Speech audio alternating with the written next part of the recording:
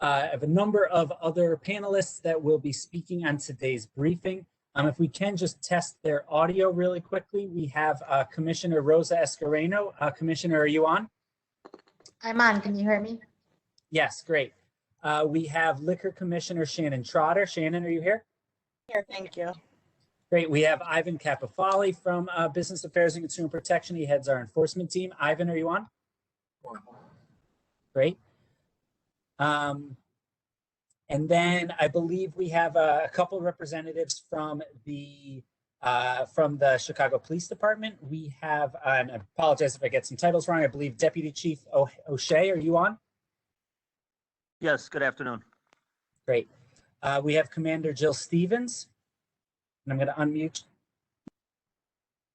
Yes, I'm on. Thank you. Great, we can hear you. And then we have Captain Paul Kane. Are you on as well? Yes, I'm on from 19. Great. So without further ado, we'll get started. Thank you again, all of you, for joining today. A little bit of the agenda. We're going to start with an introduction from Commissioner Escareno. We're going to review the health metrics and go into detail on all the different regulations to follow over St. Patrick's Day. And we're going to provide some tips for liquor licensees specifically around St. Patrick's Day. Then we're going to talk a little bit about enforcement before opening it up for any questions. If folks have questions, again, we will save questions for the end, but I ask if anybody has questions to please submit them through the chat function on WebEx. So please use the chat if you have any questions. If there are any questions that you have following this, you can always reach out to us at our general BACP email. That's bacpoutreach@cityofchicago.org. So without further ado, I'm going to pass it off to Commissioner Rosa Escareno to give a little introduction. Thank you, Isaac. And first, let me just thank all of our participants in this call, certainly to my team that's on the call here. Isaac Reichman, as many of you who join us regularly on the webinars has been instrumental throughout the entire pandemic in making sure that he is not only coordinating the information, all the emails, as well as the webinars that have been held. Our Isaac Reichman has been on the forefront of that. And then joining us, our Liquor Commissioner, Shannon Trotter, as well as Ivan Capofali from my team. But I definitely want to just say thank you very much to our partners at the Chicago Police Department who are joining us today, but other partners of ours for our business community know that we partner very closely with the Buildings Department, as well as the Fire Department and the Health Department as we move forward. But first, let me just start by saying I want to thank all of our businesses across the city. We have seen nothing but great compliance throughout this crazy pandemic.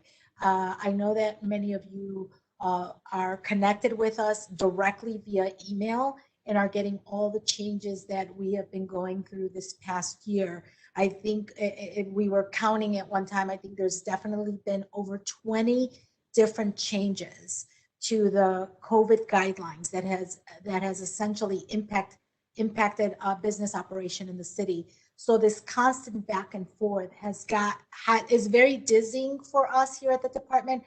I just want you to know we certainly understand that it's just as confusing and dizzying for you guys. So kudos to all of our business leaders, our owners and operators of the many businesses across the city who are just doing a fantastic job in adhering to the many changing guidelines. So today we are coming together with you because a big celebration across the city every year. St. Patrick's Day is one of the biggest celebrations across the city. And it's really the start of the spring. Everybody's coming out of the winter, really excited to be out.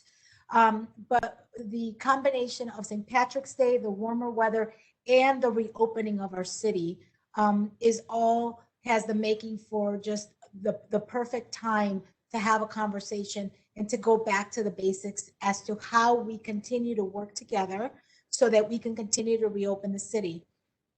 Traditionally, St. Patrick's Day conversations, like the letter that was sent to you by Shannon Trotter, our liquor commissioner, is something that we do. Also, the engagement with the police department is something that we do. But because of the pandemic, really the pandemic becomes front and center. And certainly want to thank all of you because you guys are doing a great job. But I also want to just caution all of our businesses that we do understand that the residents and the customers are going to be ready to have a great time, but it is still the responsibility of the businesses to continue to stay, to stay the course with all the guidelines. Make sure that all of your folks understand the guidelines. That's where we're seeing a little bit of loosening, and we want to make sure that we're working together with you guys.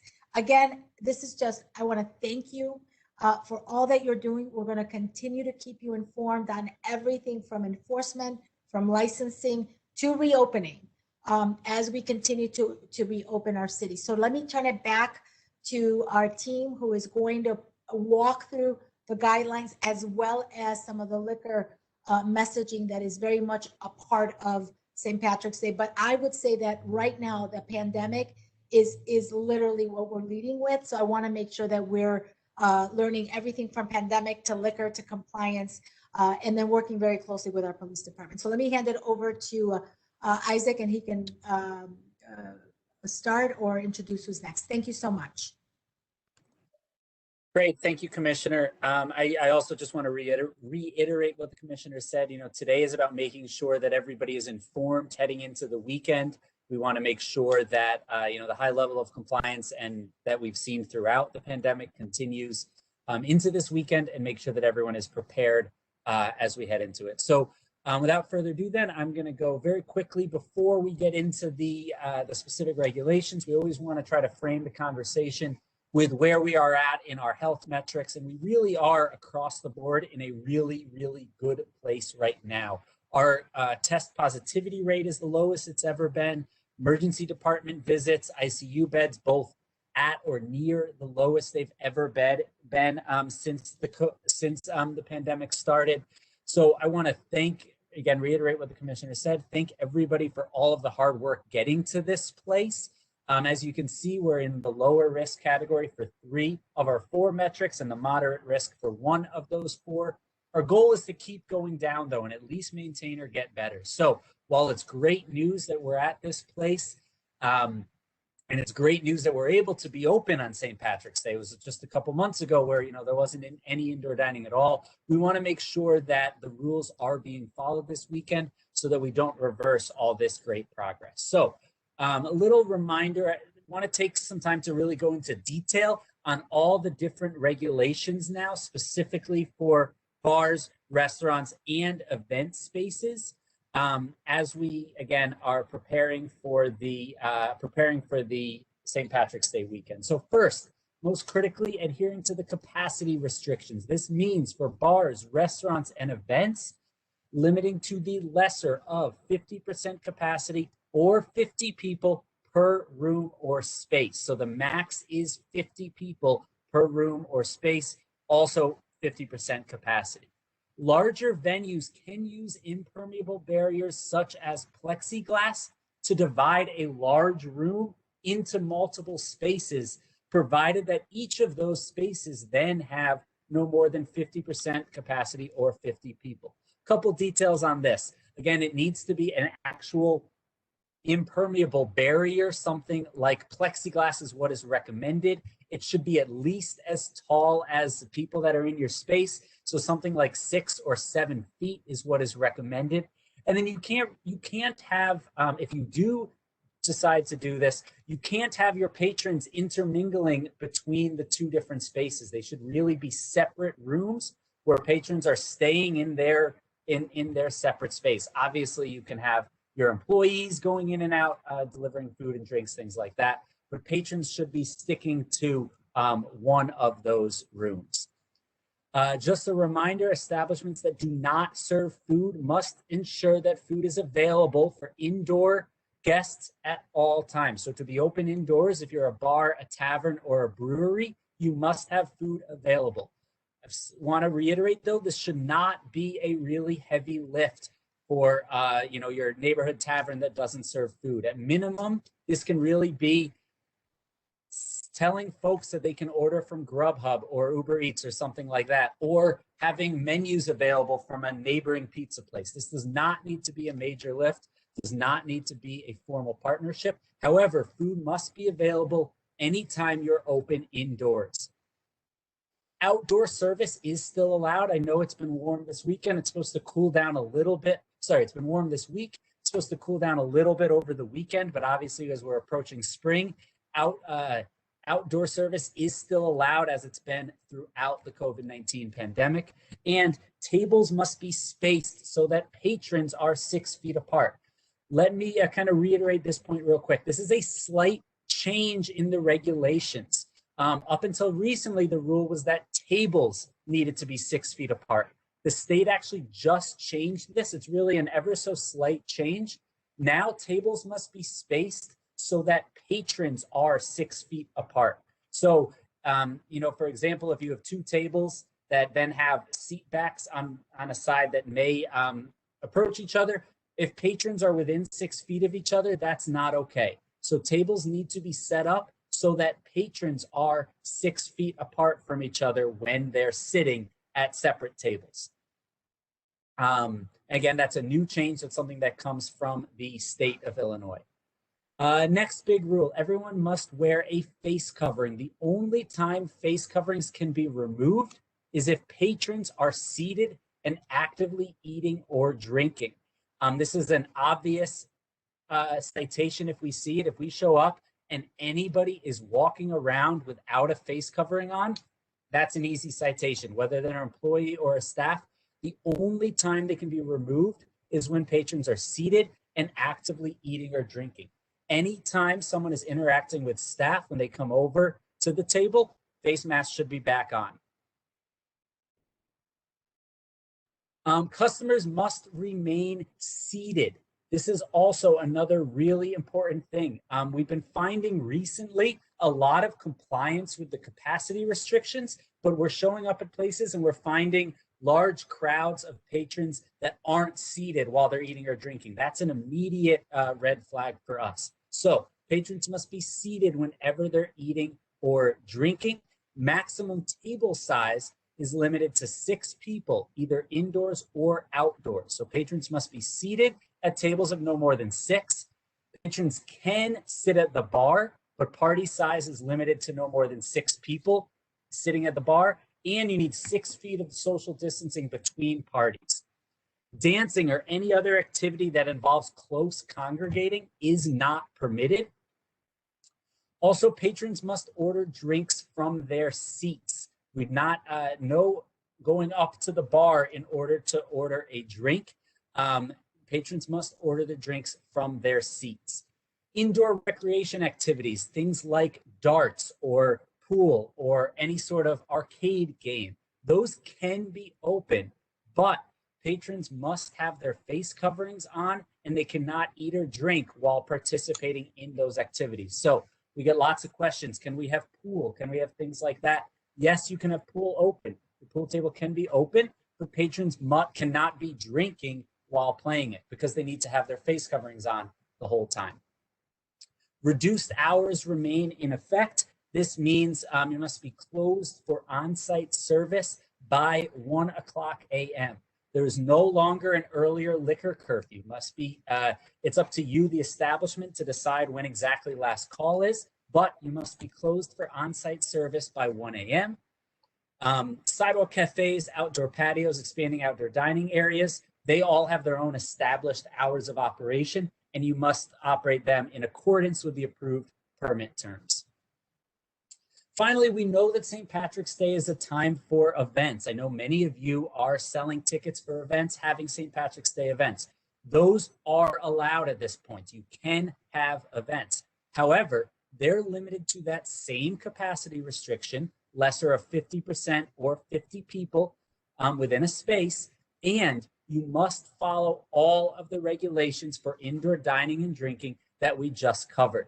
This is really important, and I think, and you know, Ivan can speak a little more to the enforcement, but it is critical that just because you have an event, that doesn't mean you can ignore all those regulations we just covered. So it means no more than 6 people per table, seated while eating or drinking.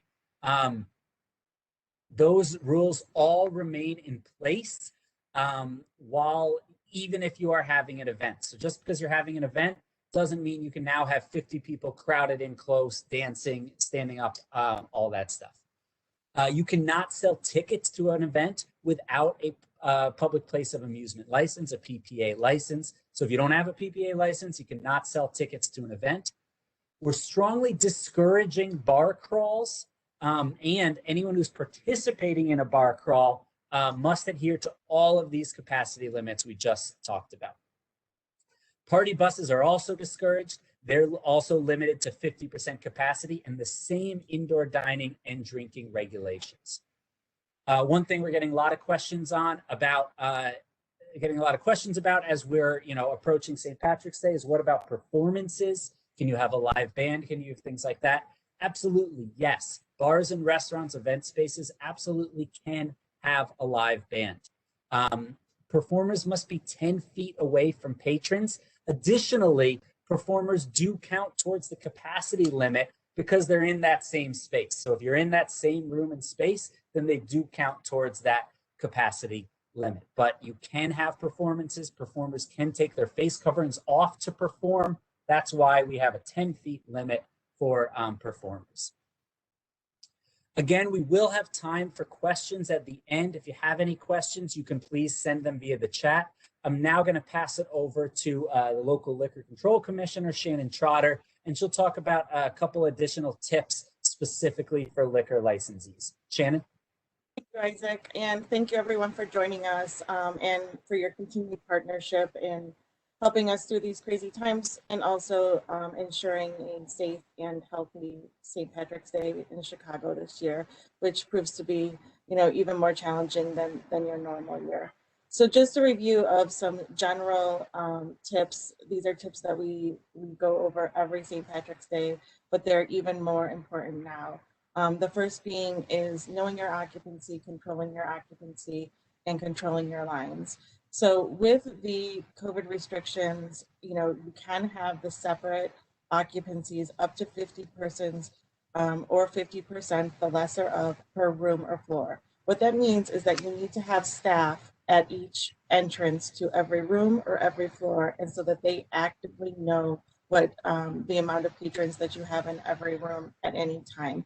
I would recommend that you have staff with clickers at each room, so that at any time you know exactly that you are at your capacity limits. Please review with your staff what those numbers are based on your placards so that your staff knows. It's really important to train your staff and have them well prepared for any crowds that you may see on St. Patrick's Day. If we do encourage you to use a reservation system. The reservation system is going to ensure that people are not staying and lingering longer than recommended timeframes of 90 minutes to 2 hours, but it also will ensure that you don't have lines or congregating of people outside your establishment trying to get in. So if you are using a reservation system, which we strongly recommend, then that's great. If you still have people coming that do not have reservations, or you choose not to have a reservation system, then any lines that you allow in front of your establishment are going to be your responsibility to monitor. It is not going to be the responsibility of our enforcement team or the Chicago Police Department. And this is true during all times, during all busy holiday seasons. And so what this means is that you need to have sufficient staff stationed outside. Those staff need to be either asking people to move along, please move along, because you know that you don't have capacity for them, you know that they don't have a reservation, or if you choose to allow them to queue, it should only be within the footprint of your premises, not extending into any other businesses, and you should have staff out there maintaining that line. Maintaining the line means ensuring that patrons are socially distanced, 6 feet between groups, and that they are all wearing masks. So it really needs to be a controlled line even more than ever. It cannot be blocking the sidewalk where patrons are going into people are having to go into the street to pass. This is very important, which is why we highly, highly recommend the use of reservations and sticking to those 90-minute to 2-hour timeframes so that you can have the turnover. Of course, just relying upon your BACP and tips training for responsible alcohol service to all patrons. You know, it is illegal to sell or give alcohol to anyone who's intoxicated. You know, in times of COVID, of course, it is even more difficult to control people who are intoxicated, to comply with the COVID guidelines, to get them to remain seated, to get them wearing their masks and not lingering around. So really having your staff feel confident enough to turn people away or asking people to leave or denying entry when you feel that they are overserved. And so the next tips you'll see are just general, you know, good business behavior. So of course, you know, it's imperative to have sufficient and knowledgeable staff. You know, you saw this in my letter. And when I say imperative, I mean imperative. Your staff is more important than ever. There can't be any weak links. You need to train them on the COVID guidelines, and you need to have enough of them to maintain strict operations in your premises. So, you know, like I said, you need someone at each and every room and floor knowing the occupancy. You need probably more than one person outside if you are in one of the busier areas, maintaining lines or asking people to friendly ask people to move along. It's really, really essential, and it's probably going to be the #1 thing that would prevent you from having any incidents in St. Patrick's Day. If you have staff that are sufficiently trained and competent enough to make good choices on your behalf, it's just going to be essential.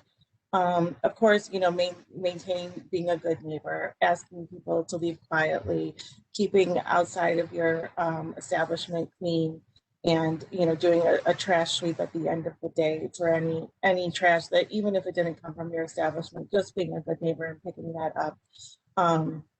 The next one is very, very important. Calling 911 whenever there's any illegal activity. It's required by the code, and you must do it. If possible, use a landline. If not, have your staff identify their name and where they are calling from, so that when we review those calls for service, we can see that someone clearly called. Even if people say they do not want you to call the police, you have a duty to call the police if there's anything illegal. So any batteries, anything where you see guns, it's imperative. Let the police respond. Don't try to handle it yourself. Let them do their job, but you have to report it so that they can respond. The next point is about alcohol leaving any outdoor areas or the interior of your premises.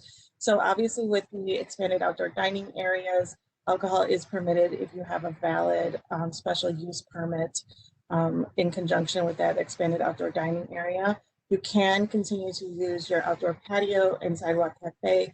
They are operating at full operation hours pursuant to the municipal code. So depending on where you are, you can stay open full hours in those locations. But it is essential that, you know, there is no leaving those areas with open alcohol.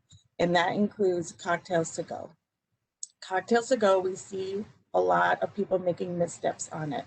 These are supposed to be basically packaged goods. They're supposed to be sealed in tamper-proof containers. They are not supposed to have any straw or drink holes, and they are not to be consumed on the public way. I think if you are doing any cocktails to go, you know, you have to comply with those regulations that govern cocktails to go. We do not want to see people drinking them, you know, with straws or sip holes, you know, on the public way. And if we know that they came from your establishment and we see that, then that is a violation and you can be cited. So again, we thank you for all, as the commissioner said, we thank you for all of your help up till now. We really view operators as partners in keeping Chicago open and keeping Chicago moving forward in our progress and just having safe celebrations. And, you know, St. Patrick's Day in Chicago is legendary. We hope it can be better every year, and this year should be no exception. We just need strict compliance with the COVID guidelines so that, you know, we don't see a lot of violations moving forward. It's not our goal to issue violations. Our goal is compliance so that everyone can be successful and have a happy and healthy, safe celebration. With that, I'm going to turn it over to our Deputy of Enforcement, Ivan Capafali, who will speak to BACP's enforcement efforts with the coming weekend. Thank you. Thank you, Commissioner Trotter. Thank you, everybody, for making the call today. Yes, so BACP investigators are going to be deployed to monitor compliance. Everything that Isaac and Shannon talked about are the the areas that we are going to be looking at, and I'm going to repeat it again. We're going to be checking for capacity limits. Make sure that you are under that 50% guideline. We find sometimes that yes, locations are abiding by the 50% capacity, but when we will go in, nobody's wearing a face mask. So that's another area that we're going to be looking at very seriously. Of course, like the commissioner said, customers need to remain seated. I know it's going to be very difficult for you guys to keep that going, but we're looking for some effort. So please make sure that you're trying, and just like Shannon said, make sure that all your staff is very well versed in the guidelines, so that will show up. Everybody's able to answer questions.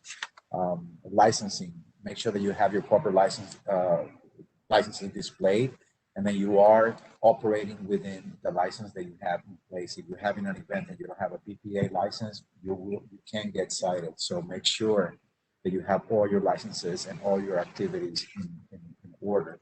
Another area that we're going to be looking at is your management of the line. We don't want to see a lot of people, hanging outside of your establishments without any type of control. So we are going to be looking at that.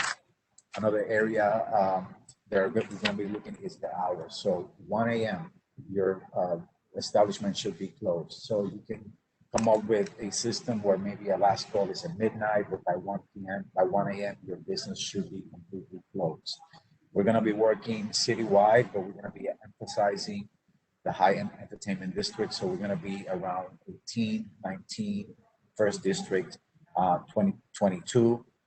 So please keep in mind that we are going to be expanding our investigative hours from 7 a.m. to 2 a.m. both days, Saturday and Sunday.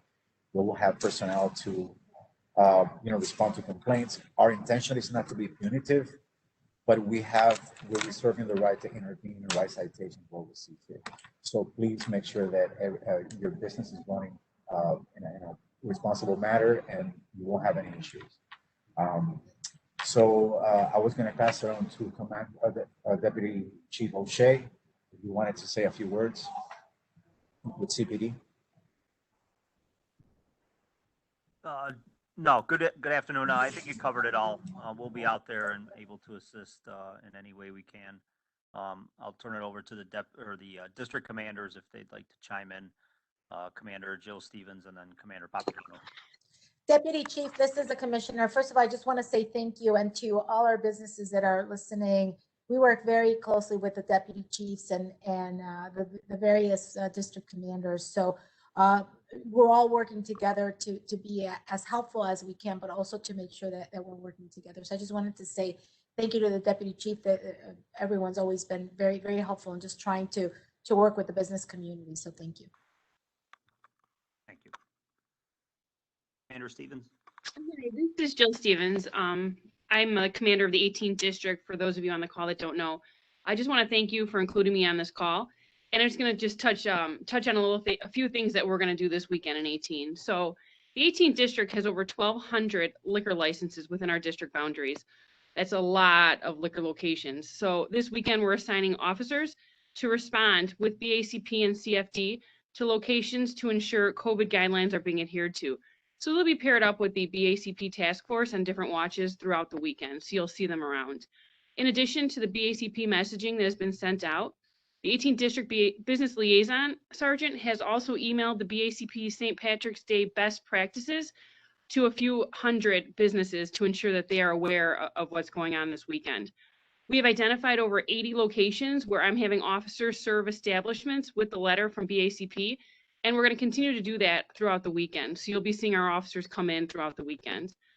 The 18th District is also going to have our beat officers, our foot officers, and our EBT personnel going to these liquor licenses and including the hotels that have liquor licenses throughout the weekend, and they're going to be doing premise checks and just to show the sign of the presence out there. Our tactical teams are going to be assigned throughout the weekend to conduct high visibility missions and traffic missions. And officers are going to be responding to calls, and they will be taking action, and they will be ensuring all documentation is completed as needed. We're going to work with BACP, and we're going to address any party bus issues that that we run into. And just some suggestions. I know we've talked about this time and time again, but as the commissioner said, call 911 anytime you see any criminal activity on your property. And this includes the surrounding areas, the adjacent areas to your property. Please call 911. We just also want to make sure that everyone has a strong security plan and that their staff is familiar with their responsibilities in that plan. It's important that everybody knows what steps you're taking for your security. And with the hotels, if they have bars, watch for the multiple rooms that are being rented for parties. A lot of times you'll have one specific person renting multiple rooms. Keep an eye on that. Keep an eye on your suites. Conduct those hallway checks for noise disturbances. Make sure that we're listening for the COVID guidelines. Watch for guests that are coming in and they're carrying large amounts of alcohol. That's a sure sign of a party. Watch for groups of patrons leaving the hotel bars and going up to rooms in large groups. So we just want to also, thank you for your partnership. We will continue to work with you in addressing any issues moving forward. And I just want to say thanks for letting me be part of the call. So I'll turn it over to Commander Papuanu from 19. Good afternoon, everyone. This is Commander Papuanu of the 19th District. I believe Commander Stevens said all of the enforcement actions we are going to be taking. I'd like to thank everyone for being a part of this call. It's great to hear that everyone's communicating and has a clear understanding of what we are expecting and what is expected of them, and how we're going to begin the season. Knowing that this is like technically the first day as COVID is starting to, we're starting to open up the businesses. It's good to see that we want this to last, and we want everyone to be successful throughout the whole summer, and we want to be able to work together in a partnership to make it through the summer and moving forward in the following years, as long as we all stay on the same page and we're all working together to accomplish that goal. So I thank all of you, and like I said, Commander Stevens gave all of the guidelines that we are expecting, and we will be out there and we will be making sure that everyone's on top of what they're doing, what they should be doing, and we will take enforcement action if needed. So if you have any other questions, you'll be seeing us all weekends, every weekend throughout the summer, and hopefully it'll be on good terms. So thank you very much, and I'll pass the torch. I appreciate the time. Great. Thank you, commanders. Thank you, Shannon and Ivan, and everyone for joining here. Now we're going to open it up for questions. Just as a reminder, I see a couple questions coming in through the Q&A. Please use the chat if you can for questions. It's just the easiest way for us to track them as they're coming in. First question we have here specifically is about these regulations, if they're in place for St. Patrick's Day or for every day. I believe this question is specifically in regards to this new change that I mentioned regarding patrons being 6 feet away from other patrons. So yes, this is a new rule that is in place every day. It's a new rule in place in Chicago and in the state of Illinois. To clarify, this means that tables need to be set up so that seated patrons are 6 feet away from patrons at other tables. This does not mean you need to be 6 feet away from patrons at the same table, just from guests at other tables. So you need to make sure that people are seated 6 feet away from people seated at other tables. Next question, do staff count towards occupancy? That's a great question. Staff does not count towards occupancy. So your 50% capacity or 50 people, your staff does not count toward occupancy. Next question, I think this one is for you, Shannon. If you sell cocktails to go and the consumer decides to consume it on the public way, how are we responsible for that? So Shannon, can you maybe just provide a quick overview of what exactly is the business's responsibility when it comes to cocktails to go? Sure. So again, it shouldn't be in a form that's easily open. I mean, it can be easily opened and consumed. It really should have that heat seal or the wax seal on it. If it's a crown cap or a screw cap and it is open on the public way and it's within inside of your establishment, then that is considered illegal activity and it should be reported. We certainly, your requirement is to comply with the packaging requirements of cocktails to go and the labeling requirements, and then to report any illegal activity. And part of that is ensuring that there are no straw or drink holes. You know, we see a lot of pouches and coffee cup type things, and you know that just incentivizes obviously consumption on the public way. They should not be consumed on the public way. So certainly, if people leave your premises with something that is properly packaged, then you know at some point it's not your responsibility anymore, but you have to comply with the packaging, the labeling, and then reporting any illegal activity that you see within sight or sound. Great, thank you, Shannon. And you can stay on for a second. I think this question is also for you. What is the correct protocol if someone shows up intoxicated and we refuse service, but they are too drunk? Should we call them an ambulance, an Uber, Lyft? What is the general recommendation there?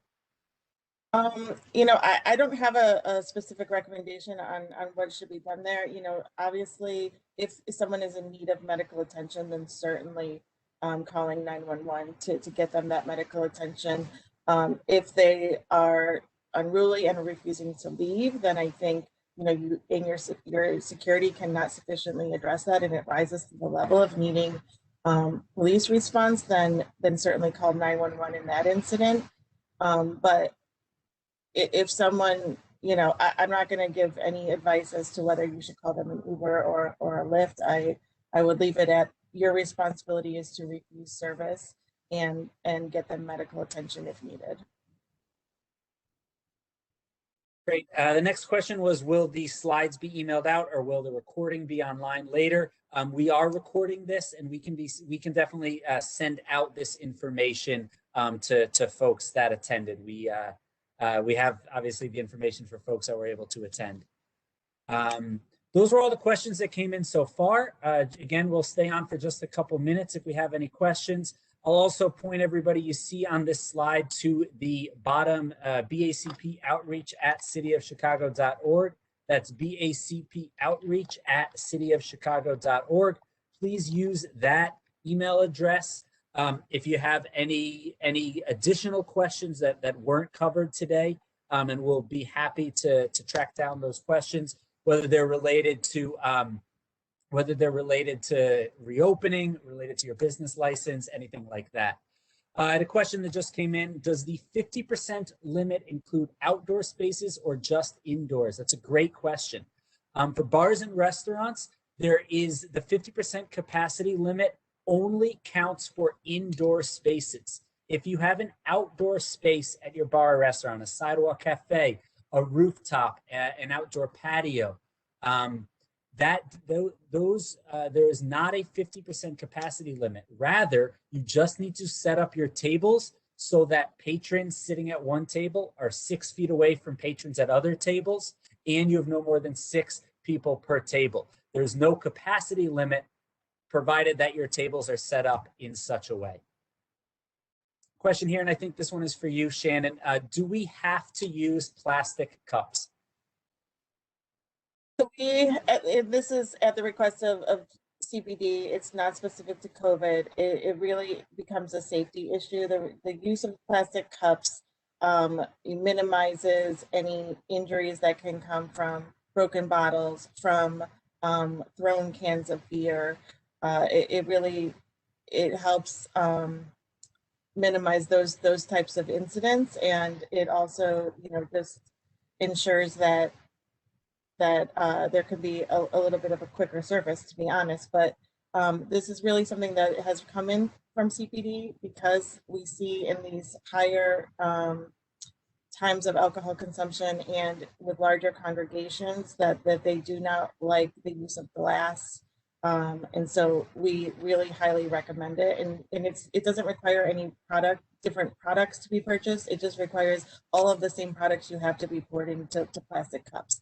And this has been asked consistently, for several years of licensees. Great, thank you, Shannon.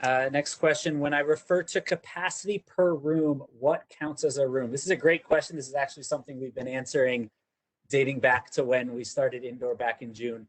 The important thing when it comes to different rooms is that they're entirely different spaces that are divided by some sort of impermeable barrier. Now, there can obviously be a door opening there, but they should be divided by an impermeable barrier, either a wall, plexiglass, something like that. And that patrons are not intermingling between those spaces. So let's say you have, an arcade bar, let's say, where you have patrons kind of walking through every different area. You cannot consider those different rooms if patrons are going back and forth between the different spaces. So when we talk about rooms, they need to be entirely separate areas without patrons intermingling, and they need to be divided by some sort of impermeable barrier, either a built wall that's part of your building, or you can set up temporary impermeable barriers. Again, you can have a door opening, but that's it. Great. Again, if anyone has any questions, we'll stick around for another minute or two. Please use the chat to send those questions. If we don't have anything else, again, please send any questions you might have to bacpoutreach@cityofchicago.org. I want to thank, obviously our colleagues over at the police department and everyone here at BACP. I want to thank all of you for, just by attending this, you're committing to follow these guidelines and to understanding them and adhering to them. So thank you. Commissioner, do you have anything you would like to add? No, I mean, I think it's the same. I think the entire year we've been doing really well. And while we have responded to nearly 9,000, complaints, the amount of businesses that have been cited is just a little bit over 400. So that's due to all the great participation by our business community. And also when we talk about the guidelines, are these permanent? As you know, and those of you that are connected with us and get our regular emails, when there is a change on COVID, we are pushing out information. So as make sure that you are where we're sending the emails, or whoever is getting the communications from this office, is not just the owners, but any managers or operators of your business should stay connected with the constant changes that are coming, because when the investigators are out there looking and for compliance, we are looking to the latest guidelines that have been issued. As the summer, or as we continue to do good with the spread of COVID, our goal is that this communication continues to go out. And as you guys may be familiar with Isaac, we do webinars every time there is a change. So please make sure that your managers or the individuals that are managing your businesses or yourselves are staying connected with us and are adhering to those constantly changing guidelines. We hope there's more opening to come. The summer looks really great. The mayor's made a lot of great announcements, including possible events in the summer. And as you know, baseball's coming back in a limited way. And so all of those conversations, my team is completely engaged with the health department and the mayor's team to make sure that we are supporting our business community. So thank you again. I want to definitely thank the commanders and our deputy chiefs, as well as Shannon, our liquor commissioner, Ivan, and the team. But call us, guys. Let us know what you need. And if you have questions, don't hesitate. Reach out to us. So thank you again for being great partners. Thank you, everybody.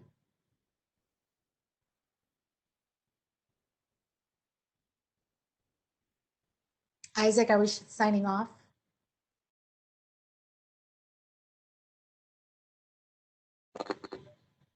Yes, sorry. Yes, Thank thank you. you, everyone. Have a great day. Bye.